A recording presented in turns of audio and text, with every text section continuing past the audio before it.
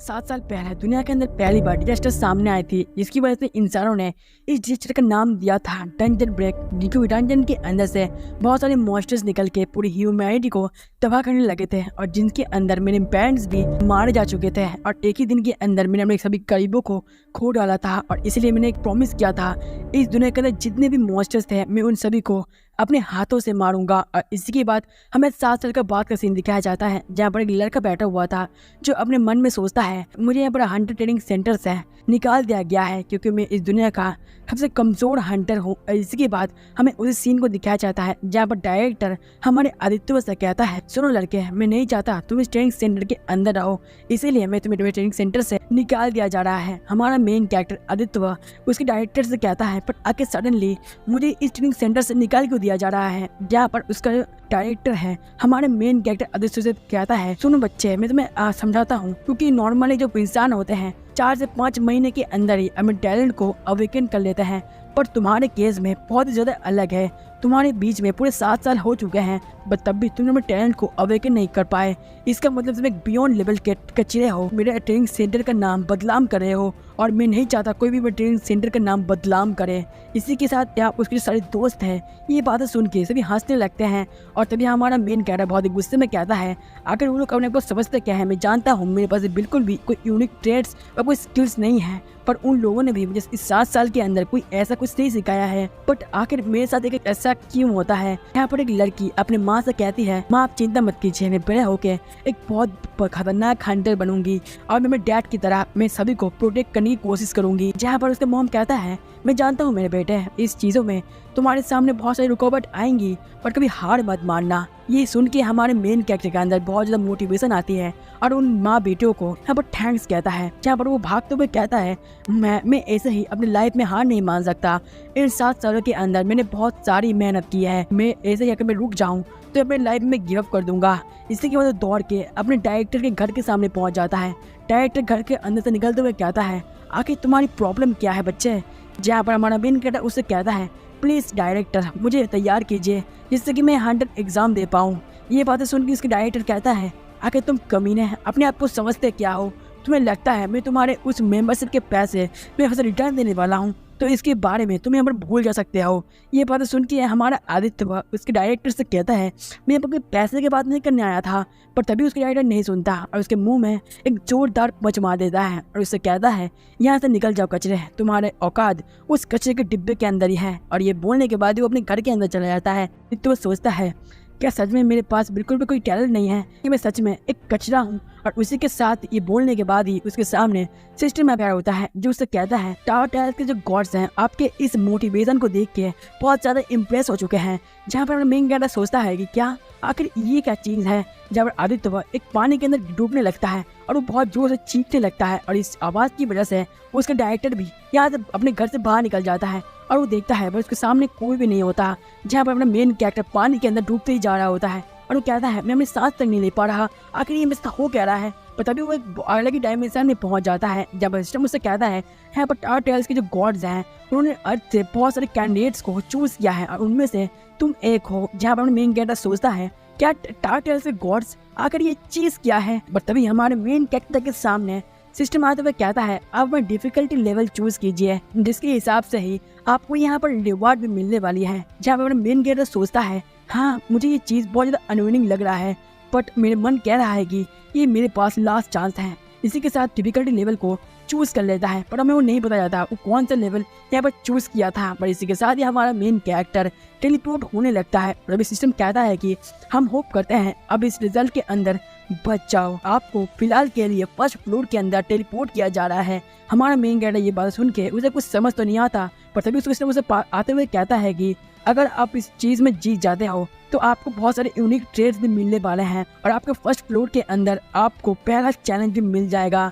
इसी के साथ हमारा मेन कैरेक्टर एक अलग ही जगह में पहुंच जाता है जो हर तरफ बस रेत ही रेत था। जब सिस्टम उसके सामने आते हुए कहता है कि आपको एक वेपन प्रोवाइड किया जा रहा है जिस जगह पे हमारा आदित्य अपने शॉट को लेने के लिए आगे बढ़ता है। पर तभी उसके सामने सिस्टम आता है जो उसे कहता है कि आपका यहाँ पर एक ही ऑब्जेक्टिव है, और वो है सर्वाइवल। इसके हिसाब से ही आपको यूनिक ट्रेड्स मिलने वाले हैं। हमारा मेन कैरेक्टर सोचता है कि क्या यूनिक ट्रेड्स ये क्या चीज़ है। और वैसे भी मैंने पूरे 7 साल तक बहुत ज़्यादा ही हार्ड वर्क किया था, बट उसके बदले में किसी ने मुझे यूनिक ट्रेड कोई ऐसा रिवॉर्ड नहीं मिलती थी।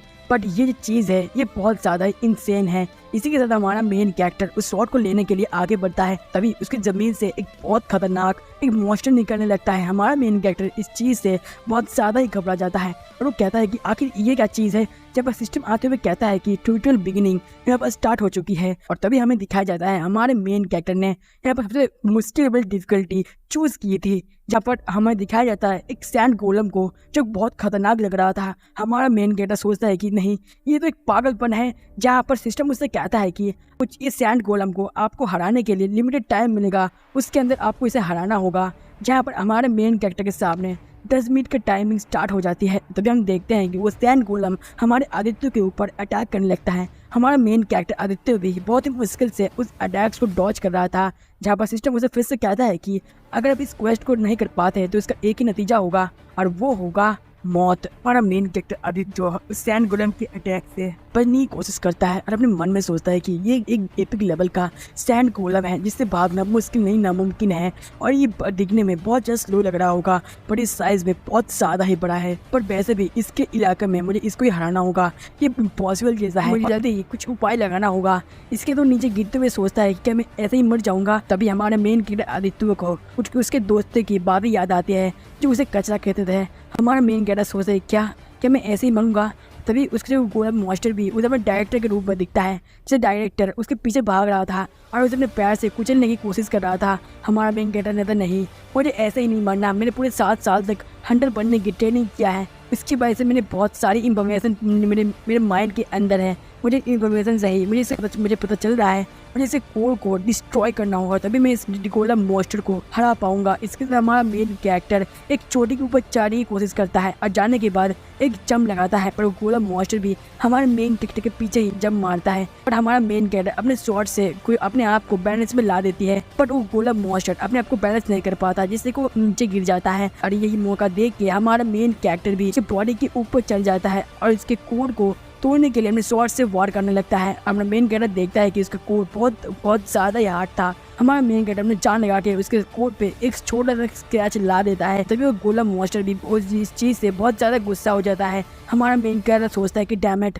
नहीं, अब मैं यहाँ पर नहीं बच सकता, पर इसके तुरंत बाद ही वो गोलम मॉन्स्टर हमारे मेन कैरेक्टर को बहुत बेरहमी से पकड़ लेता है और उसे कुचलने लगता है। और वो देखता है उसका डायरेक्टर उसे यहाँ पर कुचल के मारना चाहता है। हमारा मेन कैरेक्टर इस चीज़ को देख के सोचता है कि नहीं, मैं ऐसा ही नहीं मर सकता। ये बोलने के बाद ही वो अपने शॉट को उसको कोट के ऊपर जोर से फेंक के मारता है, जिससे कि उसका कोट पूरी तरीके से तबाह हो जाता है। और सिस्टम यह कहता है पूरे 7 मिनट 8 सेकंड के अंदर इस क्वेस्ट को कंप्लीट कर चुके हैं, जहाँ पर हमारा मेन कैरेक्टर उस नीचे गिरने लगता है। हमारा मेन कैरेक्टर यहाँ पर जमीन से उठते हुए कहता है कि सच में क्या मैंने इस गोलम मॉन्स्टर को मार दिया। वो हंसते हुए कहता है कि सच में ये कमाल का एक्सपीरियंस था। जहाँ पर सिस्टम उसके सामने आते हुए कहता है कि कॉन्ग्रेचुलेसन, आपने इस फर्स्ट फील्ड टावर को कंप्लीट कर चुके हो। इसी के बाद सिस्टम कहता है आपका यहाँ पर पहला रिवॉर्ड आपका यूनिक ट्रेड अनलॉक किया जा रहा है। इसी के साथ आपको यहाँ पर पहली बार 1000 पॉइंट्स फोरबिडन हुए हैं। एडिशनली आपको एक स्किल दिया जा रहा है जिसका नाम है फास्ट रिकवरी, जो भी ई रैंक पे है। हमारा मेन कैरेक्टर सोचता है कि सच में ये कमाल का है, मुझे बिलीव तक नहीं हो रहा। जहाँ पर वो सोचता है कि मैंने पूरे 7 साल तक अपने ऊपर एफर्ट डाला है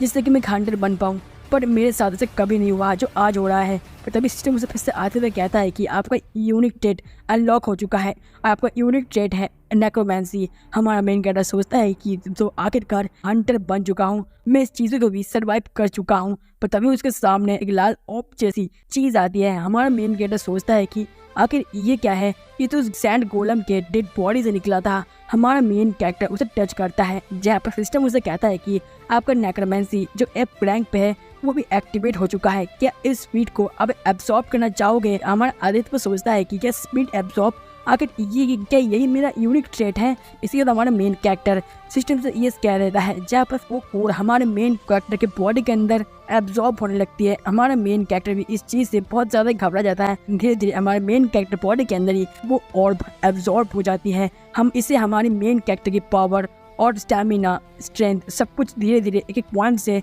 इंक्रीज हो जाती है। हमारा मेन कैरेक्टर सोचता है मुझे फील हो पा रहा है मेरी बॉडी के अंदर अभी बहुत ज्यादा एनर्जी आ चुकी है, जिसके बाद हमारा मेन कैरेक्टर सोचता है कि मैंने पूरे 7 साल तक अपने ऊपर बहुत ज्यादा मेहनत की है, उसके बाद भी मेरे स्टैट्स बिल्कुल भी नहीं बढ़ते थे, बट इस फाइनली मेरे स्टैट भी बढ़ने स्टार्ट हो चुके हैं। इसके बाद हमारा मेन कैरेक्टर का यूनिक ट्रेड्स दिखाए जाते हैं, जब हमारे मेन कैरेक्टर के पास प्रोपेंसी के अंदर नेक्रोमेंसी था और उसके बाद कुछ बेसिक इफेक्ट्स भी थे, जहाँ पर हमारा आदित्य पर सोचता है कि तो फाइनली मैं अपने घर जाके एक हंटर कह के रजिस्टर कर सकता हूँ, जहाँ पर सिस्टम मुझे कहता है कि आपके सामने एक पोर्टल ओपन हुई होगी और उसके अंदर जाके आपको वेट करना है सेकंड ट्रायल के लिए।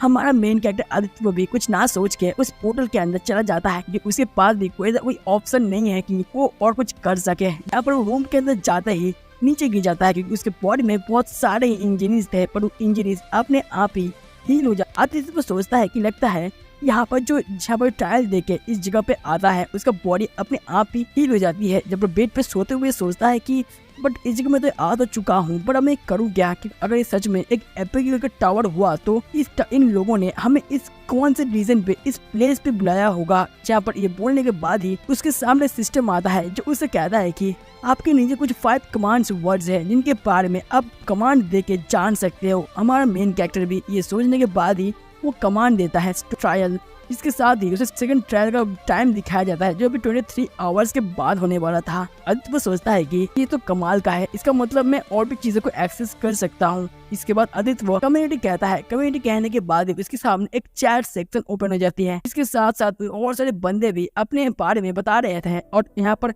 इस चीज के बारे में पूछ रहे थे, जहाँ पर हमारा आदित्य सोचता है कि लगता है ये लोग मेरी तरह ही बहुत ज्यादा कंफ्यूज्ड हैं, इन लोगों को कुछ समझ में नहीं आ रहा आखिर कौन सी जगह में ये लोग पहुंच चुके होंगे। इसके साथ ही उस जगह में एडमिन एंटर करता है, जिसकी वजह से वो पूरी तरह से चैट ब्लॉक हो जाती है। हमारा आदित्य भी इस चीज को देख के थोड़ा शॉक हो जाता है। पर इस एडमिन कहता है कि सुनो प्लेयर्स, मुझे तुम लोगों से ट्यूटोरियल ट्रायल्स के कुछ इंफॉर्मेशन शेयर करनी है। के साथ एडमिन कहता है कि तुम लोगों के पास बहुत सारे पॉइंट्स होंगे, उन पॉइंट्स को तुम यहाँ पर करेंसी के हिसाब से यूज कर सकते हो। उस करेंसी के हिसाब से ही तुम्हें खाना से लेके वेपन तक सब कुछ मिलेगा। अगर तुम लोगों ने उस स्टाइल के सही पॉइंट्स को बेफालतू में खर्च कर दिए हो तो तुम लोग बहुत बड़े पागल हो। बिना पॉइंट्स के तुम्हें पानी का एक कतरा तक नहीं मिलेगा और तुम सूख के मारे जाओगे। ये बोलने के बाद ही एडमिन यहाँ पर चैट को अनलॉक करके चला जाता है। हमारा मेन कैरेक्टर सोचता है कि मैंने सोचा था बस यहाँ पर अंटर बनने के बाद मैं घर पे जा सकता हूँ, पर यहाँ पर कुछ उल्टा ही हो रहा है।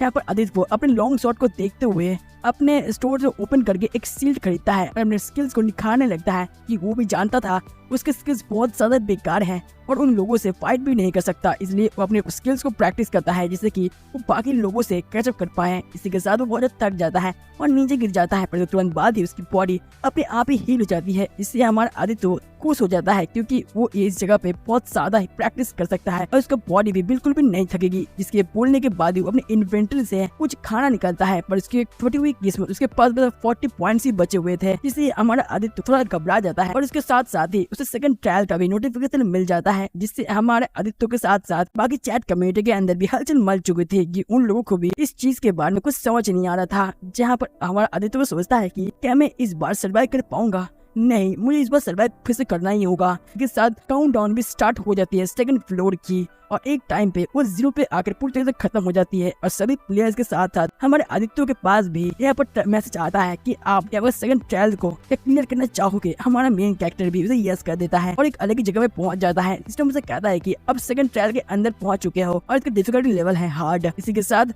हमारा आदित्य वो देखता है वो भी एक फोर्ट जैसी जगह पे आ चुका है। सिस्टम उसे कहता है कि आपका पहला मिशन है यहाँ के आपको गॉब्लिन लॉर्ड को हराना होगा, वो कुछ ही टाइम के अंदर ही। जहाँ पर हमारा मेन कैरेक्टर सोचता है गॉब्लिन लॉर्ड लीडर को ये तो बहुत मुश्किल है, पर वो पहाड़ के नीचे से देखता है गॉब्लिन लॉर्ड के कबीले को, जहाँ पर कहता है कि ये बहुत मुश्किल होगा क्योंकि ये गॉब्लिन मास्टर्स है ये हमेशा अपने ट्राइब के साथ एक साथ रहना पसंद करते हैं और उनके बीच में मुझे जाके उनके बॉस को मारना होगा। इसके बाद हमारा मेन कैरेक्टर उनके कबीले के पास पहुंच जाता है और एक झोपड़ी में जाके उन सभी के ऊपर नजर रखने लगता है। आदित्य सोचता है कि नॉर्मली गार्ड्स होते हैं वो लोग बहुत ज्यादा डेंजरस होते हैं और ये लोग हंटिंग करना भी जानते हैं, इसलिए इससे लड़ना बहुत मुश्किल हो सकता है और ये बोलने में थोड़ा मुश्किल नहीं होगा क्या मैं इसे जीत भी पाऊंगा कि नहीं, क्योंकि ये लोग बहुत सारे तादाद में एक साथ रहते हैं और इसे खत्म करने के लिए एक ई रैंक का टीम चाहिए होता है और उनके अंदर से भी बहुत सारे इंसान मारे भी जाते हैं। पर अब मुझे क्या करना चाहिए, इसे तो हमारा मेन कैरेक्टर सोचता है कि मुझे पीछे जाना चाहिए और एक बड़ा प्लान के साथ इनके ऊपर अटैक करना चाहिए, जहाँ पर हमारा आदित्य बहुत सारी लकड़ियों के ऊपर आग लगाता है और अपने इन्वेंटरी के अंदर उसे यहाँ पर सेव करके रख लेता है। लगता है अब मुझे एक आइडिया मिल चुकी है, मैं इन लोगों को कैसे हरा सकता हूँ।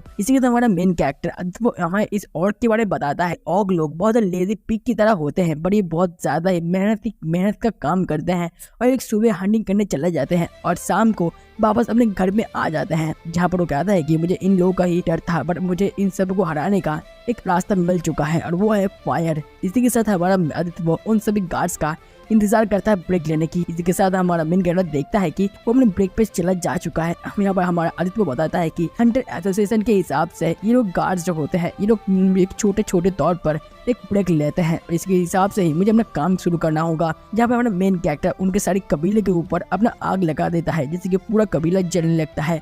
गॉब्लिन्स भी अपने इस आग को बुझाने की पूरी कोशिश करता है, पर हमारा मेन कैरेक्टर पीछे से जाके एक गॉब्लिन मॉन्स्टर को मार देता है और उसके स्पिरिट को एब्जॉर्ब कर लेता है, जहाँ पर उसकी स्ट्रेंथ थोड़ा सा बढ़ जाता है। बट उसके पीछे एक बहुत बड़ा गार्डियन आ जाता है जो हमारे मेन कैरेक्टर को मार नहीं वाला था, पर हमारा मेन कैरेक्टर भी बहुत जल्दी ही इसे देख के अपने आप को प्रोटेक्ट कर लेता है और कहता है कि क्या एक गार्डियन, लगता है मुझे उस स्पिरिट भी एब्जॉर्ब करना होगा। वो सिस्टम से ये कह देता है, सिस्टम भी उसे यहाँ पर एब्जॉर्ब करवा देता है, जिससे कि हमारा मेन कैरेक्टर का स्ट्रेंथ और एजिलिटी थोड़ी देर के लिए बढ़ जाता है। हमारा मेन कैरेक्टर बहुत ही मुश्किल से उस गार्डियन बीस्ट को मार देता है और अपने फास्ट रिकवर स्किल को भी एक्टिवेट कर देता है। इसके साथ हमारा मेन कैरेक्टर स्टेटस भी थोड़ी इंक्रीज हो जाती है, क्योंकि हमारा मेन कैरेक्टर आग के अंदर से बाहर आता है। सभी गॉब्लिन्स भी हमारे मेन कैरेक्टर को देख लेते हैं। हमारा मेन कैरेक्टर सोचता है कि लगता है यहाँ पर एक ही गार्डियन था और जिसे मैंने यहाँ पर मार दिया, यहाँ पर लगता है कुछ और मॉन्स्टर्स होंगे जिसे मैं मार दूं तो बस कुछ खत्म हो जाएगा। और वैसे भी मैंने गार्ड्स को मार दिया है और मुझे लगता है प्लैनेट को मारना कुछ ज्यादा मुश्किल होने वाला होगा। इसी तरह हमारा मेन कैरेक्टर बहुत स्पीड से उन सभी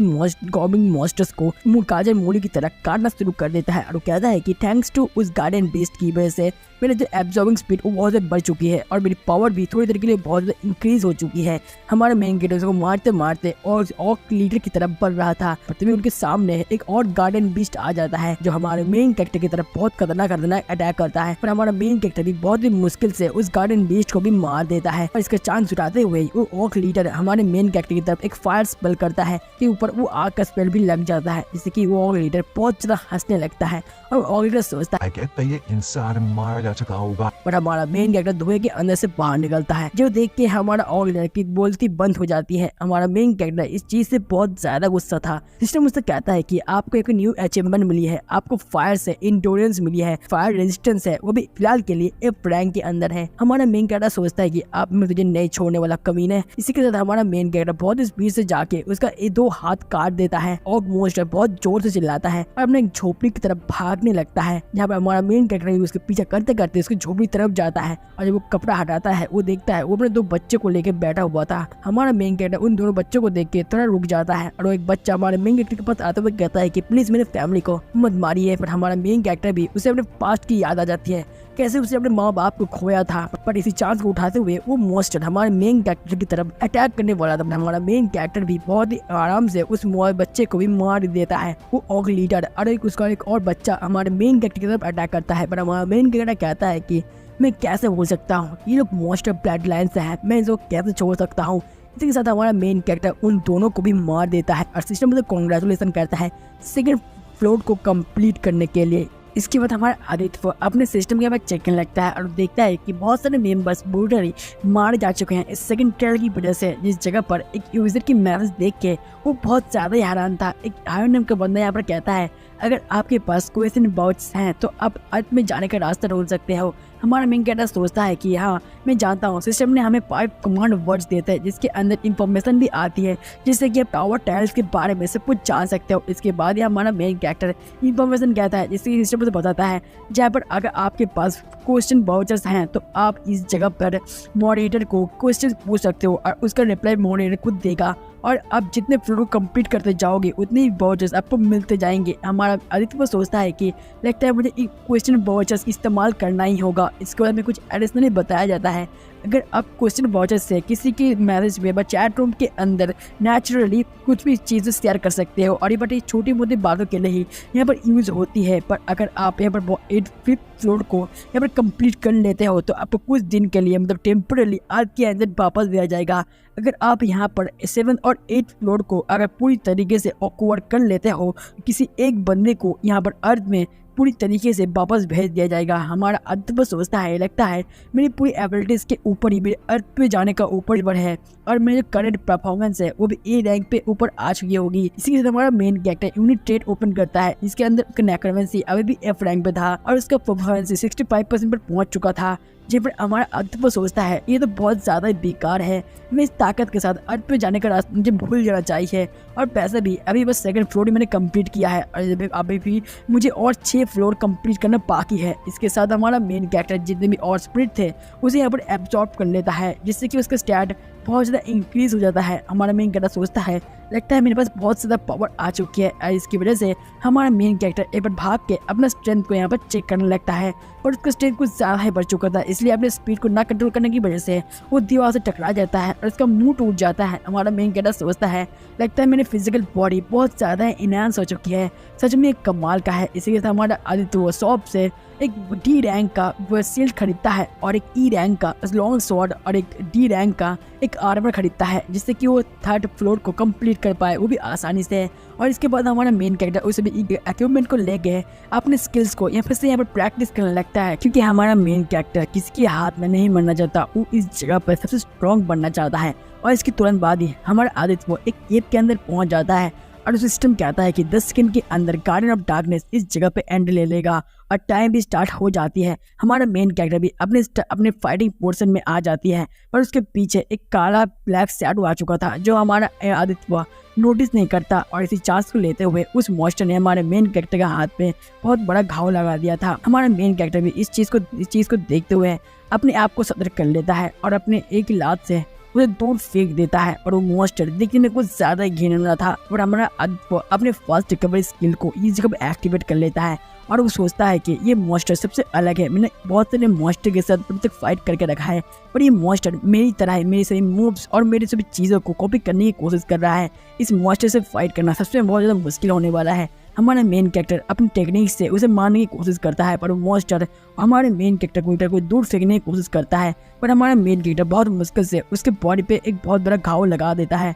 पर वो मॉन्स्टर बहुत ज़्यादा गुस्सा हो जाता है और हमारे आदित्य की तरफ एक किलिंग स्माइल देता है, जिससे कि हमारा आदित्य भी थोड़ा डर जाता है, और वो मॉन्स्टर हमारे आदित्य की तरफ बहुत स्पीड से बढ़ रहा था और हमारे मेन कैरेक्टर को पीछे धकेलते ही जा रहा था। पर हमारा मेन कैरेक्टर भी सोचता है ये मॉन्स्टर सभी मेरे मूव्स कॉपी करने की कोशिश कर रहा है, इन केस ये मेरी सभी कमजोरियों को भी बोरो कर रहा होगा, और इन कमजोरियों को ही मुझे यहाँ पर इसका फायदा उठाना पड़ेगा। इसके साथ हमारा मेन कैरेक्टर बहुत स्पीड से उसे एक कोने में लाने की कोशिश करता है, पर वो मॉन्स्टर भी ये चीज़ समझते हुए हमारे मेन कैरेक्टर की तरफ एक बहुत खतरनाक अटैक करता है, जैसे कि हमारा आदित्य पीछे आ जाता है। और इस चीज देख के वो थोड़ा शौक था, क्योंकि उसका थोड़ा सा गला कट चुका था। आदित्य के ऊपर बहुत खतरनाक अटैक करता है और हमारे मेन कैरेक्टर को पीछे धकेलते जाता है, जिसे हमारे मेन कैरेक्टर को बिना कुछ चांस ही नहीं दे रहा था, जिससे कि उन्हें बचाव कर पाए। पर हमारा मेन कैरेक्टर सोचता है मेरा डिफेंस बहुत ज़्यादा लो होते जा रहा है और ये शॉर्ट टाइम के अंदर ही मुझे मार सकता है, इसलिए हमारा आदित्य अपने आर्मर की पावर को एक्टिवेट कर लेता है, जिससे कि उसका 1 मिनट तक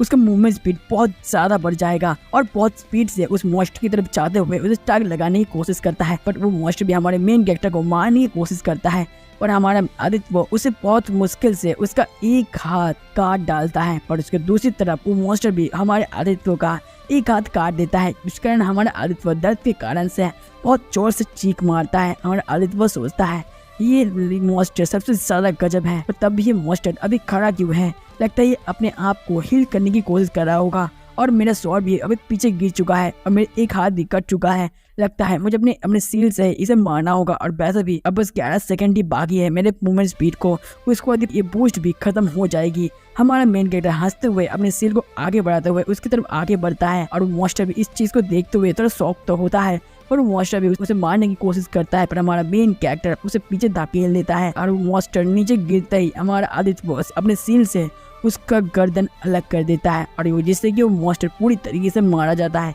असिस्टेंट भी उसे कॉन्ग्रेचुलेसन करता है इस 3rd फ्लोर को कंप्लीट करने के लिए। और इसके कुछ देर बाद में हमारा मेन कैरेक्टर वेटिंग रूम पे आ चुका था और उसका बॉडी पूरी तरीके से हील हो चुका था। इसके बाद आदित्य अपने बॉडी की पावर को चेक करने के लिए एक दीवार के अंदर एक जोरदार पंच मारता है, जिसकी दीवार ही टूट जाती है। आदित्य बताता है, जब मैंने उस मॉन्स्टर को एब्जॉर्ब किया था तब मैं नेक्रोमेंसी एक ई रैंक से डायरेक्ट F रैंक पे पहुंच चुका था। जो चीज़ देख के मुझे बहुत ज़्यादा शौक लगा था और इसके साथ साथ मुझे बहुत सारे इफेक्ट्स भी मिले थे और एक स्किल भी मिले थे, जिससे कि मैं किसी और मॉन्स्टर का स्किल को एब्जॉर्ब भी कर सकता हूँ। इस चीज़ से मैं बहुत ज़्यादा हैरान था। उसके साथ साथ जब मैं सेकंड ट्रायल में मर नहीं पड़ा था तब मेरी फर्स्ट रिकवरी स्किल ने मुझे बचा लिया था मरने से। इसका मतलब जब मेरे पास बहुत सारे स्किल्स हो जाएंगे तो मुझे मारना ये नेक्स्ट टू इम्पॉसिबल हो जाएगा। इसके साथ हमारा मेन कम्युनिटी के अंदर एंटर करता है और इस जगह पर ट्रायल के बारे में जानने की कोशिश करता है, जहाँ पर कीम वाला बंदा कहता है कि मुझे पता है वो ट्रायल के अंदर क्या होने वाला है। वो ट्रायल के अंदर तुम्हें अपने ही मेंबर्स के साथ मतलब हंटर के साथ कॉम्बैट में फाइट करना होगा, वे टीम वर्क करके। ये सुन के हमारा आदित्य थोड़ा चौंकता है, जिसके बाद हमें 4th फ्लोर में दिखाया जाता है। आपको अपने पावर के अनुसार ही चैलेंजर्स मिलेंगे और आपको 4th फ्लोर को एक दिन के अंदर ही कंप्लीट करना होगा। कॉमन ट्रायल के अंदर आपको गॉब्लिन को भी मारना होगा। इसी के साथ ही हमारा मेन कैरेक्टर उस जगह में टेलीपोर्ट हो जाता है और जिस जगह में 2 बंदे भी टेलीपोर्ट हुए थे। जब एक लड़की आगे आते हुए कहता है, मेरा नाम ली सहान्यून है और मैं एक हीलर हूँ जो पीछे से एक सबको सपोर्ट करता हूँ। वैसे मैं एक ही रैंक का हंटर हूँ। इसी के साथ एक और बंदा था जिसका नाम ली सांग्यून है, जो इस जगह पर कहता है, मैं कॉम्बैट स्पेशलिस्ट हूँ और मैं एक D रैंक का हंटर हूँ। और हमारा आदित्य भी उनकी इन बातों में आगे आते हुए कहता है, वैसे मेरा नाम आदित्य है और मैं एक न्यूबी हंटर हूँ, इस ज़्यादा फाइट करना नहीं जानता। ये सुन के ली सांग्यून बहुत ज़्यादा गुस्सा हो जाता है और कहता है, क्या तुम जैसे कमज़ोर इंसान इस जगह पे आए कैसे हैं। ये सुन के हमारे आदित्य को बहुत ज़्यादा गुस्सा आता है, बट जहाँ पर ली सांग्यून इसी जगह पे नहीं रुकता और कहता है, तुम लोग बस एक बेकार कचरे हो, इस जगह पे कैसे आ गए वो तो मुझे नहीं पता, पर मेरे रास्ते पे मत आना। ये सुन के आदित्य को अपने दोस्तों की बात याद आती है, इससे बहुत ज़्यादा ही गुस्सा आता है। इसके बाद वो कैसल का गेट खुलने लगता है और उसके अंदर से बहुत सारे मोशन निकल के ली सांग्यून के ऊपर अटैक करने लगता है। इसलिए ली सांग्यून को उनसे लड़ने में बहुत ज़्यादा मुश्किल होता है, जहाँ पर वो सारा दोस्त हमारे आदित्य के ऊपर देता है। आदित्य इस चीज़ से बहुत ज़्यादा गुस्सा होता है कि और सभी मोशन को धीरे धीरे मारना शुरू करता है। वो हीलर है हमारे उससे ली सांग्यून को बफ देता है, जिससे को ज़्यादा से ज़्यादा फाइट कर पाए। मतलब हमारा आदित्य उस लड़की के सामने से उस ली सांग्यून की तरफ जा रहा था। लड़की कहता है कि तुम्हें मेरे हेल्प करना चाहिए, ना कि उसकी। मेरे पीछे बहुत सारे मॉन्स्टर्स हैं। पर हमारा आदित्य कुछ ना सुन के सामने वाले मॉन्स्टर को मारने के लिए चला जाता है और लड़की यहाँ पर वो पीछे देखता है, वो चौंक जाता है कि उसके पीछे एक भी मॉन्स्टर बचा हुआ नहीं था।